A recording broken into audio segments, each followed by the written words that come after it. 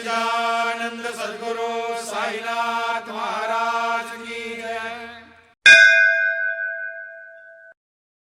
சிந்தனை இல்லாமல் படிப்பது பயனற்றது. உணர்வு இல்லாமல் அது எந்த வகையான தியானம். தலைகீழான பானையில் தண்ணீர் எப்படி தங்கும். எள் இல்லாத பயனற்ற எண்ணெய் ஆலை போல. குருட்டுத்தன்மையில் தொங்குவது போல. இலக்கு இல்லாமல் ஆன்மீகம் இருக்கிறது. தாசன் கூறுகிறான், எனது மனம் இந்த பக்கம். எனது பிரபு இருக்க வேண்டும் அந்த பக்கம். சத்குருவின் பெயரில் தனித்துவமான ஆனந்தம். இடைவிடாத அன்பான சேவையை செய்யுங்கள். ஒரு விரதத்தில் ஈடுபட முயற்சி செய்யுங்கள். இந்த உடலே அதை அனுபவிப்பீர்கள். ரிஷி, முனிவர், யோகி, மகான், பக்தர், அறிவாளி. மக்களுக்கு நேரடியான சுயானுபவத்தை வழங்குகிறது. தாஸ் கூறுகிறார், வார்த்தையே நம்புங்கள். இதனால் இருள் அழிய போகிறது.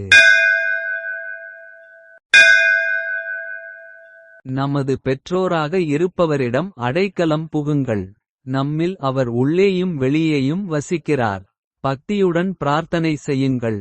நமது பெற்றோராக இருப்பவரிடம் உங்களை பாசத்துடன் நெருக்கமாகிக் கொள்ள வருவார்.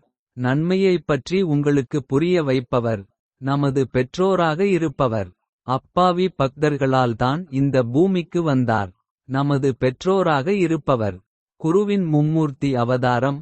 எனக்கு திறமையானவராகத் தோன்றுகிறார். நமது பெற்றோராக இருப்பவர்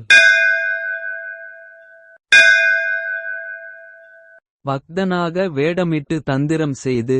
இறைவனையும் மக்களையும் சிக்க வைக்கிறான். அப்படிப்பட்டவர்களுக்கு எனது வந்தனம். முந்தைய திரட்டிய அனுபவம் பெரிது. வாருங்கள், அனைவரும் வாருங்கள். கடவுள் அவதரித்துள்ளார். நாம் ஷீர்டியில் தரிசிக்கலாம். 8 அங்கங்கள் படிய நமஸ்காரம். தாசன் கூறுகிறான், அவரிடம் புகழ் அடைவீர். சத்குரு தேவ் மகிழ்ச்சியடைந்தால். சுய ஞானத்தின் அறிதலை கண்டுதெளிதல். அதை பெறுவது கடினம் என்பது அனைவருக்கும் தெரியும். ஆனாலும் மனது கலங்கியது. தாழ்ந்து வணக்கமான உணர்வுடன் சேவை செய். எப்போது கேசவனைச் சந்திப்பாய். நான் ஒவ்வொரு கணமும் பற்றுறுதியுடன் இருக்கிறேன். தாசி காலடியில் விழுந்து வணங்குகிறாள்.